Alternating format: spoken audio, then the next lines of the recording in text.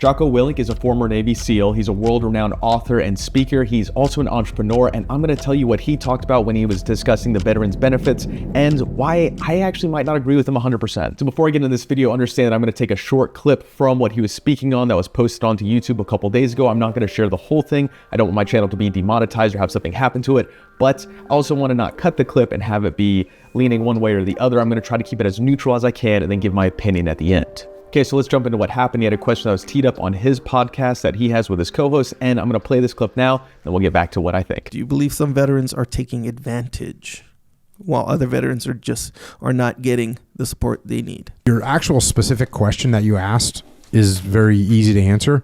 You asked, do I believe some veterans are taking advantage? Yes, I do believe that some veterans are taking advantage of the system. Do I believe other veterans are not getting the support that they need? Yes, I believe that other veterans are not getting the support that they need.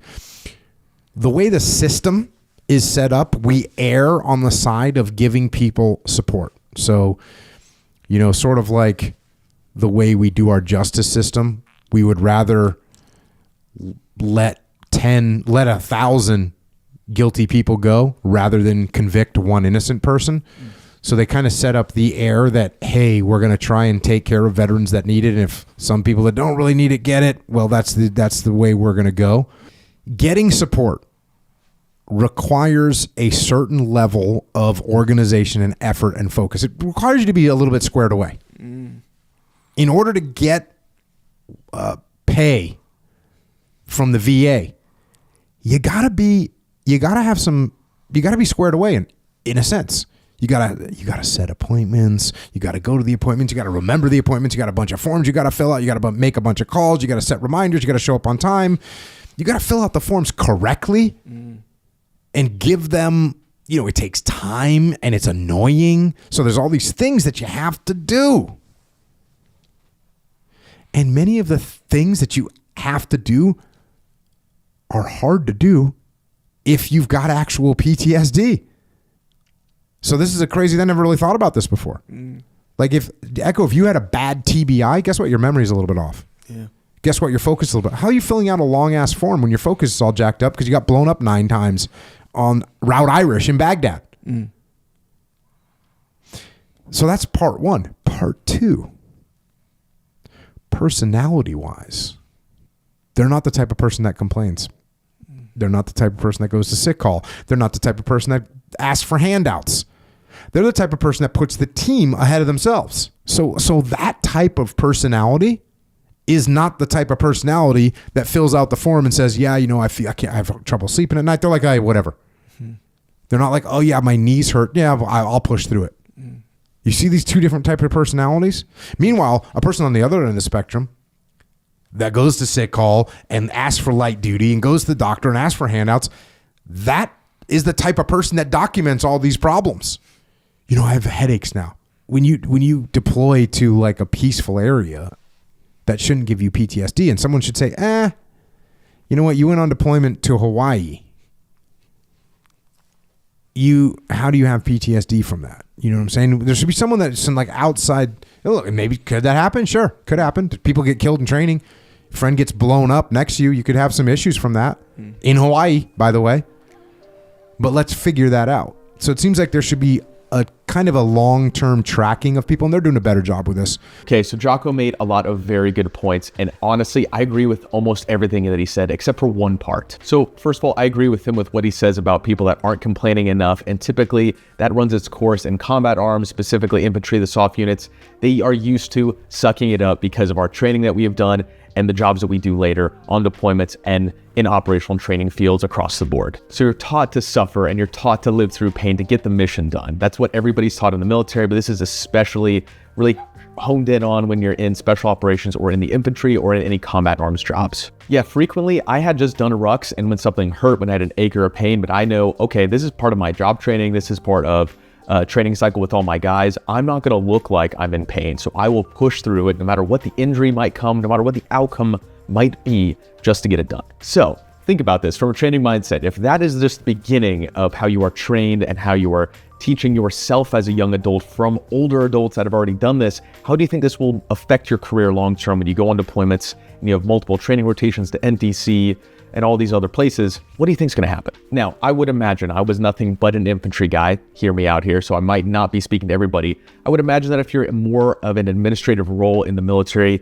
you might have a little bit of leeway to go to sick call. Truth be told, I would not expect my S1s, our admin people, to rough and tough it every single time infantry guys have to rough and tough it. Yes, they should stay in the field with us. They should do a lot of things we're doing. They should stay in shape, but I don't expect them to be the toughest dudes or the toughest gals on the planet because their job doesn't necessarily warrant that. It warrants the standard of the military, and that's why maybe you don't go to sick call in the first place. Maybe they are also taught the same thing, but I could very much rationalize and understand where they go from, okay, you are an infantry guy, let's really pound this into you and make sure you are the toughest dude possible, to the other end of the spectrum where you're a cook, you're an admin, you are with the infantry guys, you're paired with them, but you don't got to do everything that they're doing. Okay, the second part that I do agree with this is that if you're claiming veterans disability benefits through a vast spectrum of what you might have with ailments, it might actually be really hard for you to go through this process. If you are dealing with mental health, no matter if that is combat related or not, it actually physically might feel challenging to get these things done, these tasks done. You are lowered down from your depression. You are feeling anxious about it and unwell. You might have a problem cognitively to get yourself to get the right paperwork, even if you might know the information. And on the flip side of that, you probably don't know the information in the first place. You don't know what to look for. You've maybe never been very admin heavy as a job in a career field like an infantry guy. So where do you even start there? So he's absolutely accurate. If you're going through this process and you do have heavy PTSD, let's say, as just one example, this could be very challenging. This might not be easy for you to figure out and actually have the insight, the mental fortitude, and put all the pieces together, and then also have to relive experiences where going through a CMP exam. Now, the part that I might not fully agree with Jocko on is the fact that he had used the example of if you're in a heavy combat situation, your warranted PTSD, where somebody that was stationed in Hawaii might not be. Generally speaking, broad strokes, there is most likely a higher likelihood that you will have a mental health issue being in heavy combat. Statistically speaking, that's just a fact, that's not an opinion.